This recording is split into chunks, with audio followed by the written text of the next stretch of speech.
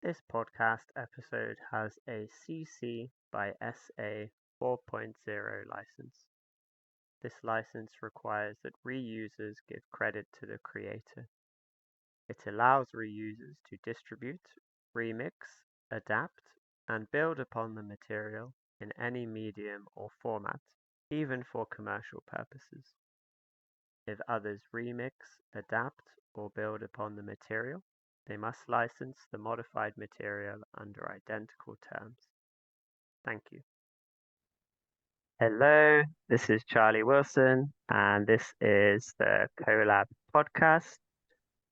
I am working as the communications officer for the International Permaculture Collab, and today I have a very special guest. Would you like to introduce yourself?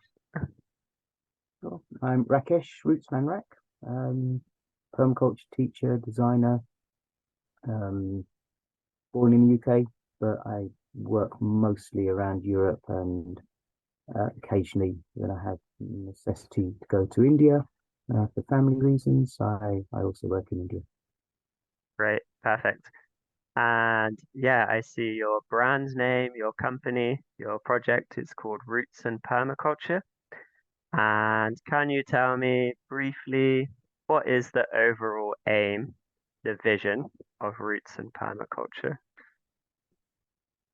So first of all, one of my backgrounds is as a reggae DJ. So I used to have an online presence, an online community, a really beautiful, friendly reggae community called Roots and Culture.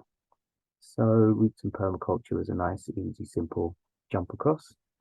And the idea behind it's actually a community, um, a a permaculture community of students, and it's a place where after someone has studied with me, they can carry on studying. They can carry on helping each other for free. So, in other words, regardless of whether they've studied sociocracy, forest gardening, permaculture, done a course on designing cook stoves, rocket stoves, biochar cook stoves, helping to make pedal powered generators, whatever it is they studied with me, they're welcome to join this community as long as they understand and adhere to kind of the ethos, which is it's a community that helps each other to uphold vegan and permaculture values.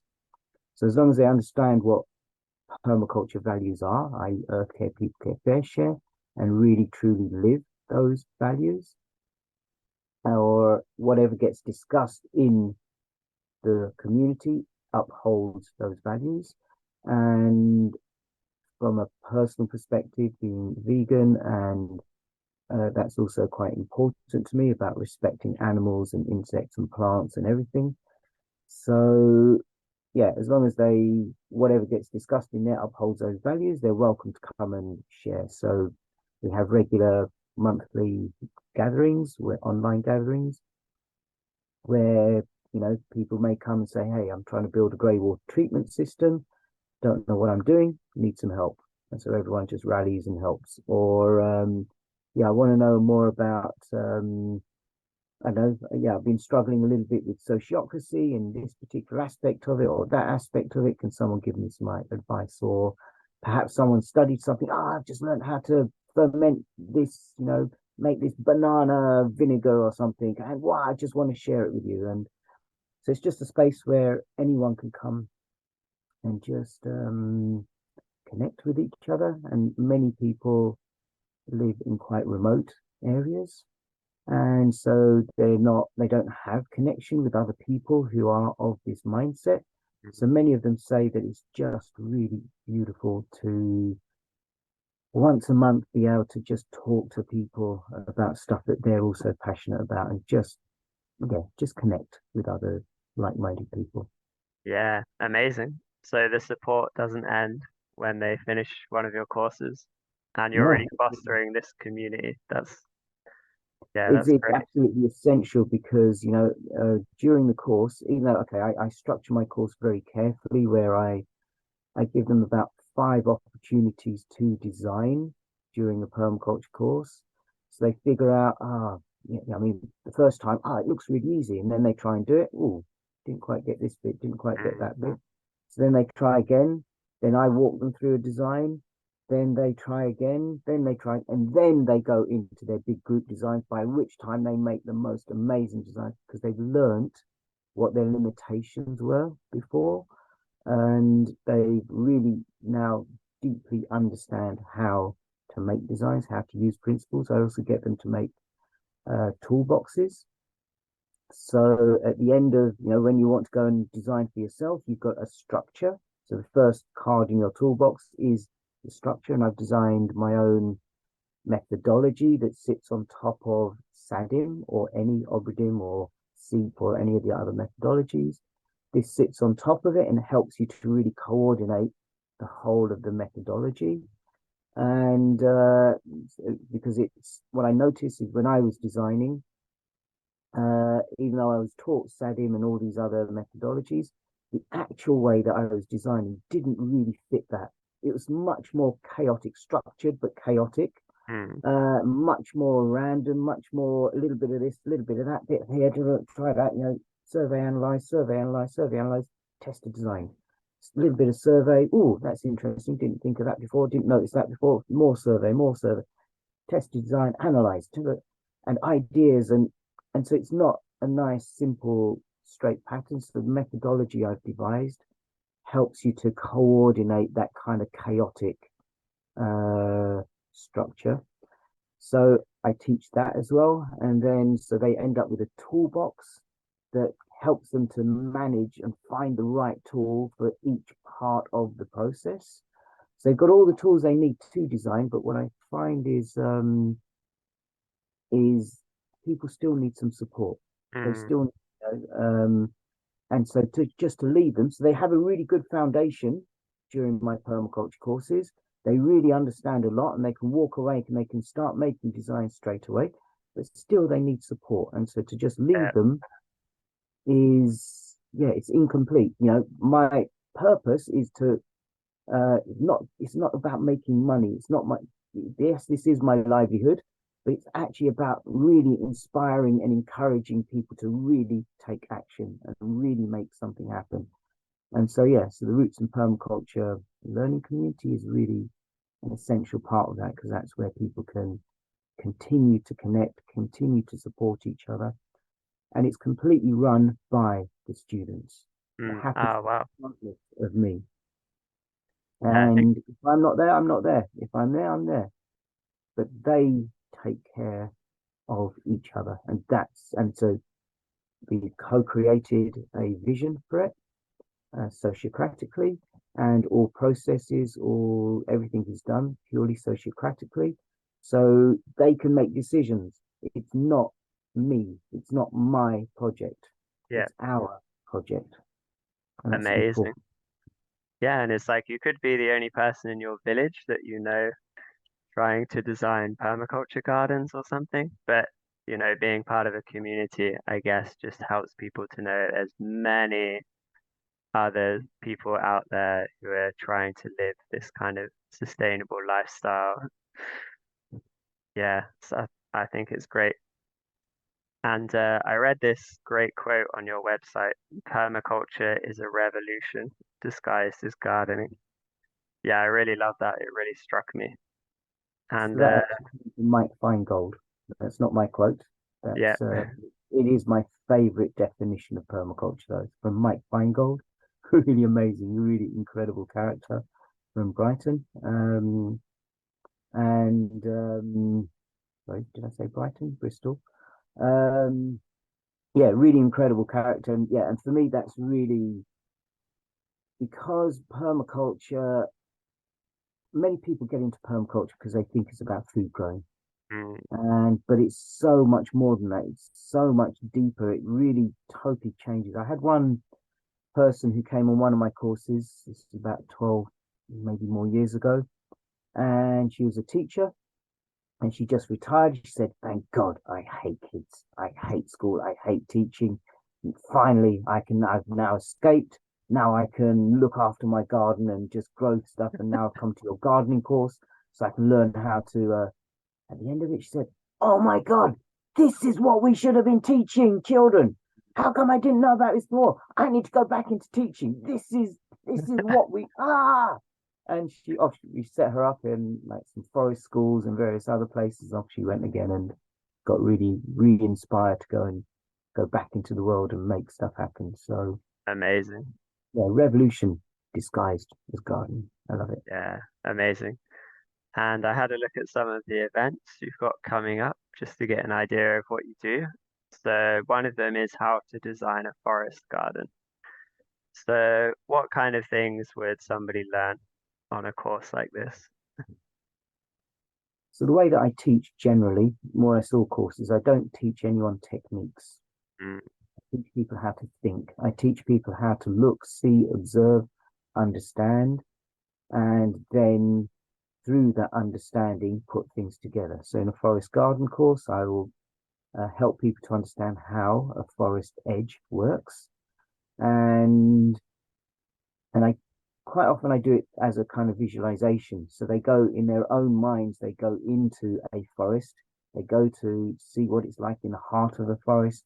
They see what it's like, they see what's going on, what in terms of water, in terms of nutrients, in terms of life, in terms of wind, in terms of all the animals and the soil type and the soil life, etc., etc. And they recognize how amazing this soil is, and they try and they get an appreciation of why it's so rich and so strong. And then, but they notice that there's no plants really growing in the heart of the mm, forest. And to cut a long story short, when they finally go to the edge of the forest, where now you've got some sunlight mixed with all the amazing nutrients and everything that's coming from the forest and the water and so on and so forth. This is where life really. This is where, because of this edge, so much food is available, but it's still limited. It's still limited by the availability of nutrients there. So we just explore that and we say, okay, so if that's the limiting factor, we now have light. We now have so many different niches. So the limiting factor is the nutrients. So how do we design more nutrients into it? So mm, logically, people just come up with the answers. I don't need to tell them.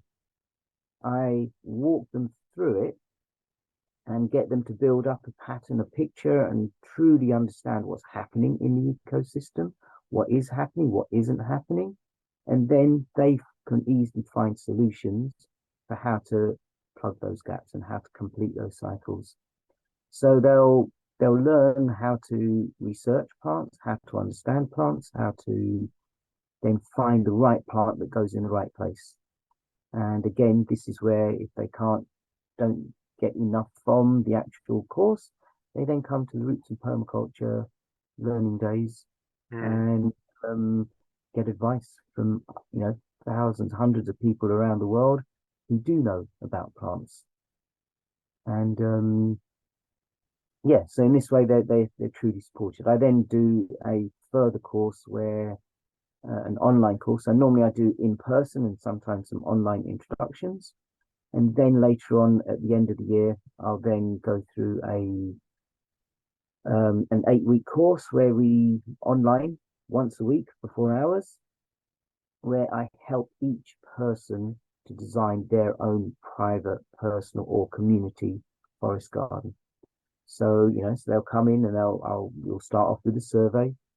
Then they've got a week to go and do this survey, gather all the information they need. Then they come back, they say, I did this, but I didn't know how to do that part. Okay, let me help you with that part. All right, for your place, this is what, oh, look, there's this information already here. There you go. And so I literally help them step by step, right, what trees, what yields do you want? All right, so now let's find different plants. Do you want it do you want this yield through a tree, through a shrub, through Mm, an annual, through a perennial, herbaceous? Do you want it as a climber? And obviously it's not just food yields. It's, do you want soaps? Do you want crafting materials? Do you want, you know, um, And so step by step, I just walk them through the design process. Right, how do you get enough nutrients for that? How do you space it correctly? How do you start creating guilds? And how do you make your pathways? How do you start capturing water? And so on and so forth. So literally, I just step them through everything they learned during the course. I then help them to put it into action step by step. And Amazing. Yeah. Wow. So yeah, they have so much support with the actual practical application. So they're not just going off a bit, well, it's so much information now, I'm a bit confused. They're really putting these things into action. That's great. that's the Amazing. point. The point is, it's not just about teaching people and having a world full of very intellectual people who know lots of stuff, but don't actually put anything into practice. For me, that's Yeah. not interesting at all. What's interesting for me is what my life's work is about is inspiring people into action. You know, we can see the rate at which we're degrading our soils, degrading our biodiversity. We can see how the patterns are changing, and we can see the repercussions of this. And to just stand around and say, "Oh yeah, we recognise that. That's nice. Oh, we could do this to fix the problem." But I've got all the information in my head, but let's not do anything because excuse, excuse, excuse, excuse. Not interesting. Yeah. Not what I'm about. That's why I make my courses really affordable. I make my courses in such a way that regardless of your how much you earn, regardless of your income status, you can somehow come on my course. I Mm, will make sure that anyone who applies, um, there is a way for you to participate in my course because amazing. actually some of the people who are most have the least amount of resources are the ones with the most incentive to Mm, actually take action. And those who are comfortable, they're comfortable. We may do it, we may not do it, but yeah, I've done a mm. course. I've done several courses in a subject, and but there's no driving force to actually make the change. Yeah, sure. I'm Not interested in so much catching those hunger. people who really. Yeah, I'm interested in finding those people who really want to make a difference and just need some support to make that Mm, difference. That's why the course itself is really affordable, really flexible. And then I even pick my venues in such a way that it makes it affordable for people. So the cheaper the venue is, the more I give the venue in return for having the course there. So I put my time, my energy, even some of my money into the venue to make sure that it's then affordable for students. yeah, And yeah, so we can get amazing. the people who really want to make a difference. That's great. Wonderful. Very inspiring. And yeah, I've had a bit of contact with you on the collab, and I understand and I've seen that you're making some content around decolonizing permaculture. Super interesting. I wonder if you can share something about this. Sure. Obviously, all right. So my how I got into permaculture is that and when people ask me when I started permaculture, I say when I was 4 years old because that's when my mum gave me a cucumber plant to plant and just the absolute fascination of watching this thing grow and then start putting on flowers and then oh look there's a little in a cucumber and then you can eat and it's like wow and just that absolute total fascination with how things work, why they work, why that was my start. And coming from a poor family, we had to, we grew our own food. Wherever possible, we would make our own clothing, our own furniture. When things broke, we would fix it ourselves. So we would always, we wouldn't waste anything. We would hardly buy anything. We would just make do with whatever we had. And so we already, and also being, from my culture, there is a huge, it's just part of our culture to respect nature, to respect each other, to, respect resources and animals and insects. And so there's nothing really in permaculture that is new to me. And when I first came across it, I was like, wow, you need to teach people that? Really? That's common sense, isn't it? And people, when I went to my first eco village, people was like, wow, you should teach us this. What do you mean, me teach you? You should teach me. You're the ones living here. Yeah, but you understand it. Yeah, but that's just common sense. That's not, you don't need to learn that. That's just common sense. It's just obvious, isn't it? And I realized that actually, yeah, common sense is not really that common because of the education system, because of media, because of how Mm, people are uh, brainwashed into just seeing really myopically and just seeing a small part of a picture. I mentally left school at the age of 12 because I could see they were brainwashing me, and I refused to be brainwashed. And so I've never had these blinkers put on, and I mm. can always see the bigger picture. And yes, so sorry, I've lost my thread as to where I was going with that. What was the question again? Yeah, about the decolonizing permaculture. You're doing some interviews, right? Thanks. So yes, so because I already had this bigger picture of how Mm, things work and how um, because it is part of my culture. When I first started studying permaculture, the students said they learned as much from me as they did the teachers. And then the teachers came to me and said, wow, you know more permaculture than most permaculture teachers I know. You should be teaching this. And it's because it's just common sense, because of mm, coming from that place of being a non-white person in a white country where no one gives you a chance, where no one gives you opportunity, where you have to work 100, 1,000 times harder than anyone else to even get close to the same recognition. mm, Um, the opportunities are so few that you have to take it yourself. You have to make opportunities for yourself. No one gives you anything. So, because of this hardship, permaculture is just your life. It just is. So you don't have to teach. And this is um and so this is what I want people to be able to see and understand. And obviously, a lot of permaculture is, let's face it, it's white middle class. mm, It appeals to a certain subset of society, and yet, and for many people, you have to teach it to them because they're so disconnected um, from their surroundings and from nature and so on and so forth. So it has to be taught to them because of how they have been educated and mm, because of their culture.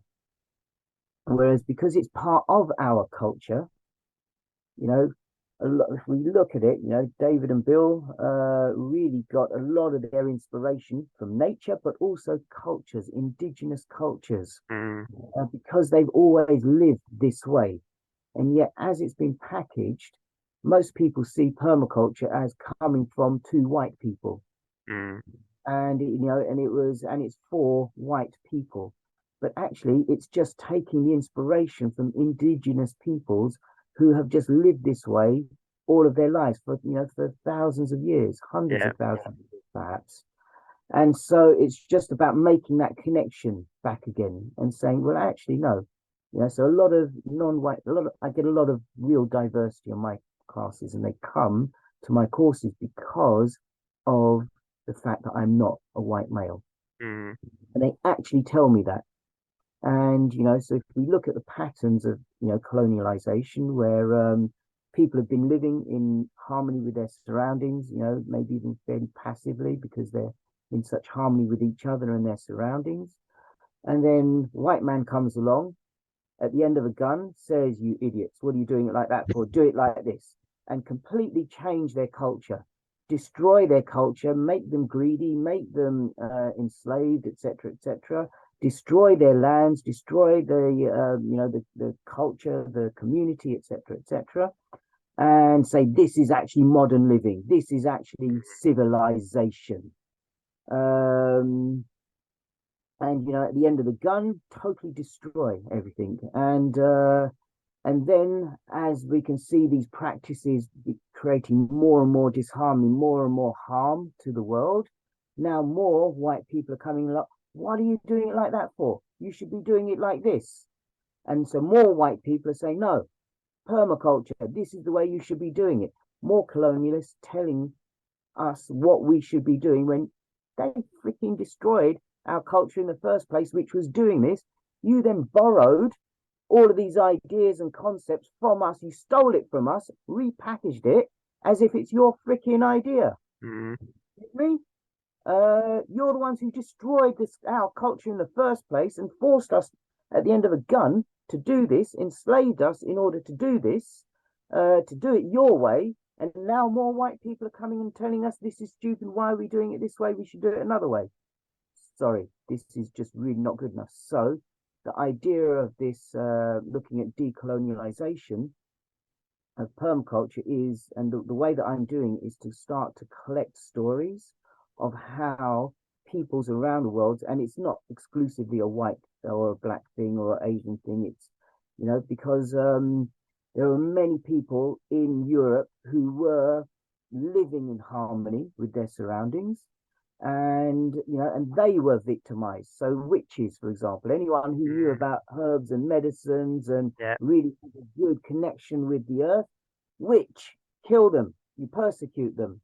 And so how to collect those stories, regardless, it's not about color or race or anything like that. It's about collecting these stories of how different peoples around the world were putting these things into practice. And it's not, and I tried to do this a few years ago, but I was then pretty much stopped because a lot of people wanted to make this an academic process. Mm. And I'm sorry, but I have a huge aversion to this academic way of thinking, because to say that because a white man fucking wrote it down, excuse my language, they wrote it down and therefore it's okay, it's legitimate, but because my grandfather, who is not white, he told me how to do something, that's not legitimate. Fuck off. Sorry, but I'm really, for me, this is really important that it's really about capturing those stories before they disappear. And just because it's not done in an academic way, to somehow belittle it as if it doesn't exist. And this is, again, this is part of colonialization, of taking other people's cultures, synthesizing it, westernizing it, repackaging it, making it into a commodity that can be sold, totally weakening it, but saying, oh, yeah, this is yoga from India. Yeah, we're all so spiritual, aren't we? And, and you look at the heart of yoga nowadays, it's totally destroyed by Western yoga teachers because it does not ever, will never, ever, ever get people to what yoga should and was designed and had been taking people to for thousands of years, because it's now a Western commercialized product. Yeah. And so, yeah, so this is where I'm coming from. It's about how to capture those stories so that we can then present it to teachers, and so that when they're teaching permaculture, they can acknowledge, all right, in the Amazon, this group was doing this practice. In India, at the same time, they were also doing the same kind of thing. And in this part, because it was logical, it was obvious. It's not about finding out who was the first person who did it, who owns this. Come on, this is exactly what I'm trying to work against, is go against that kind of mentality. It's no, who are the people doing this that we can recognize and honor them, and and to do it in a really totally non-academic way as possible, to make it real, to make it something that people can then use,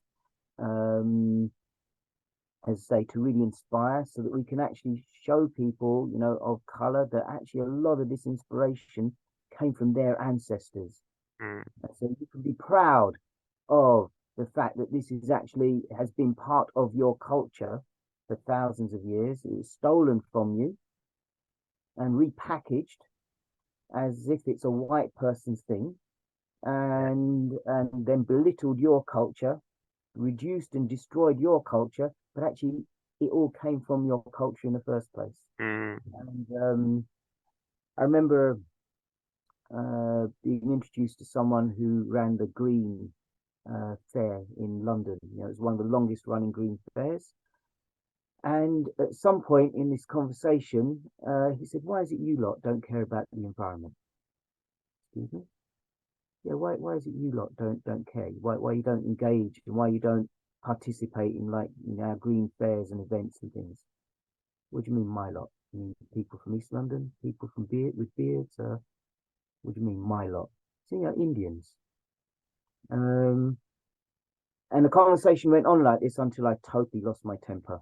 And then I very intentionally, I was on the verge of punching him for being so fucking racist and so colonialist. And in the end, I shouted and screamed at him. I said, "Actually, my fucking lot, this was part of our culture for thousands Mm, of years until your fucking lot came and destroyed us. And at the end of a gun, changed our way.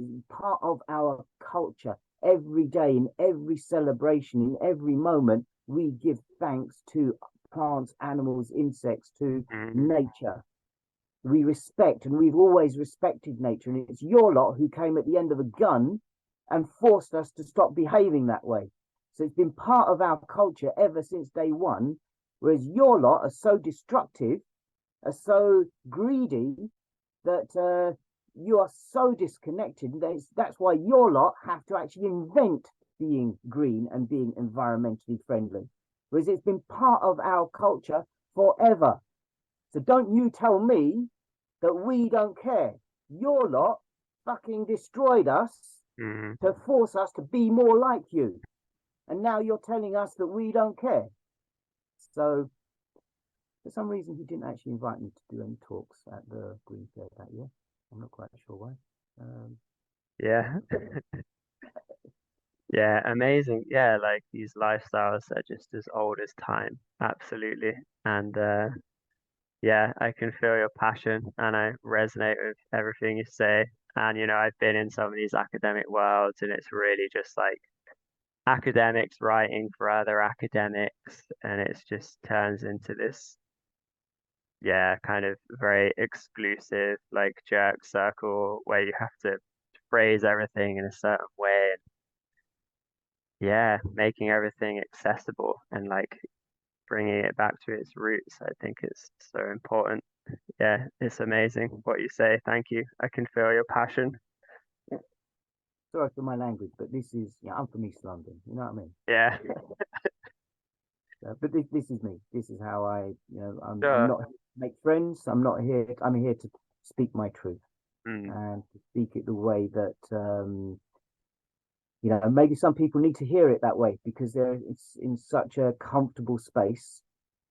And I'm not here to make friends with you. I'm not here to be the most friendliest, loveliest person on earth. I'm here to speak my truth because the truth needs to be told, yeah, and people need to hear it in whatever way they need to hear it, to get them into action, to actually stop being in this malaise and actually get into action to really make this world into the most amazing, beautiful world that we all know that it really can be. yeah. It's remarkable. It's the improbability of this planet existing, of life ever Mm, existing, is just insane. The more I think about it, the more how can you not be completely, totally inspired and amazed at this planet and this world and the fact that we are alive. And for us to behave so selfishly to destroy this incredible ecosystem that mm, supports us is just mind-boggling.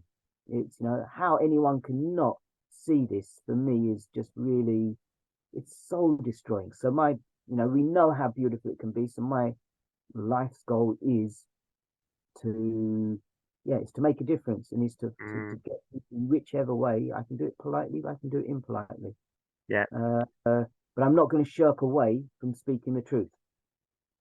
yeah. I think if you're not annoying someone somewhere and polarizing opinion somehow, you're probably not really living from your core. Yeah, you're sitting on the fence. You're just Yeah. being safe, and safe doesn't get you anywhere. You need to take these risks. Mm, You need to push these edges, create these edges, and expand them. as I say, we can see where and how, the system that we live in really marginalizes everyone, makes everyone feel different, and how we fear. Um, I think one thing that you can, if we go back in time for sure, and I think that this is massively changing, but in, you go anywhere in like poor countries, Asia, wherever, you see people have so much heart and so much love. Mm, They yeah. share everything. And so they welcome, in an Indian culture, someone who is foreign, it's your duty to take care of them. Mm, Your duty, someone who is not from your village, from your town, is to look after them, to welcome them, to take care of them. Whereas here in the West, anyone who is different is to be feared. yeah. And this for me is the big difference is you distrust them. And this is the paradigm we're living in. And so when Westerners go to Asia, and oh, it's such a lovely country, it's so nice, Mm, and then they come back and they then carry on behaving, with this fear and this scarcity paradigm, and don't reciprocate that love that they felt when they went to other people's countries. mm, And the fact that they have this wealth is based on the fact that they've exploited these amazing, beautiful, loving, caring people, yeah. and that's the only reason they can freaking travel to those countries is because of the exploitation of those people. And many people just don't see that. They just use this privilege and don't even understand where this privilege came from. Capitalism. Everyone just building their own castle and then drawing up their drawbridge and putting their moat around it. Yeah, we only have a few minutes left, unfortunately. I could listen to you talk all day. Yeah, it's great. I really appreciate everything you share. So is there anything you want to say? Maybe you can say something about how people can get involved in your projects, how they can get in contact with you. So I can share some of my links. So presumably through this podcast, there'll be a link to my different websites and Instagram and this, that, and the other. And I'm quite often away traveling, teaching in remote places. So don't be surprised if it takes a while before I reply, but I always reply as, Mm, as and when I can. And I'm always happy to hear from people. I might not be able to answer individual questions about your gardens, but I can certainly point you in the direction of how you can find answers or how you can engage with me and do workshops, and be part of the community that just, let's say, makes the world a better place. Let's say money isn't an obstacle, or money, the worst thing I could hear from someone is that they would love to have done my course, but they couldn't afford it. mm, So that's genuine, wherever you are, whatever access you have to finances. Yeah, don't be afraid to contact me and offer something, because whatever's offered with love is accepted with love. And as I say, I set my courses up in a way that facilitates anyone to be able to get involved. So, great. yeah, be in touch. Yeah, wonderful. So yeah, thank you for sharing everything. And yeah, I think everything you're doing is amazing, and I can feel your passion for spreading your message and yeah, offering this support to so many people. Yeah, my pleasure. Yeah, if you want to learn a little bit more about permaculture, I've also got a nice little podcast of learning permaculture through reggae, which I've just come back from the Big Green Gathering, or the Green Gathering, as it's called now. And so yeah, I took one of my pedal powered generators there, so that could pedal power the PA system, and so we were just pull out and blasting that, like lots of reggae and little talks about what permaculture is, and there was a really lovely little following of people who was just saying, "Wow, I just love how you express this. Is just." And to listen to reggae and then inspiration and then listen to the reggae that backs up and supports what you were just saying. Yeah, they were absolutely they were in bliss. So feel free to listen to that, give me some comments, and yeah, just enjoy whatever it is you do. Just do it with love, put Earth Care, People Care, Fair Share into action, and yeah, just go for it and enjoy. Okay, perfect. All right, we've come to our end. So thank you again and goodbye. Okay, thanks.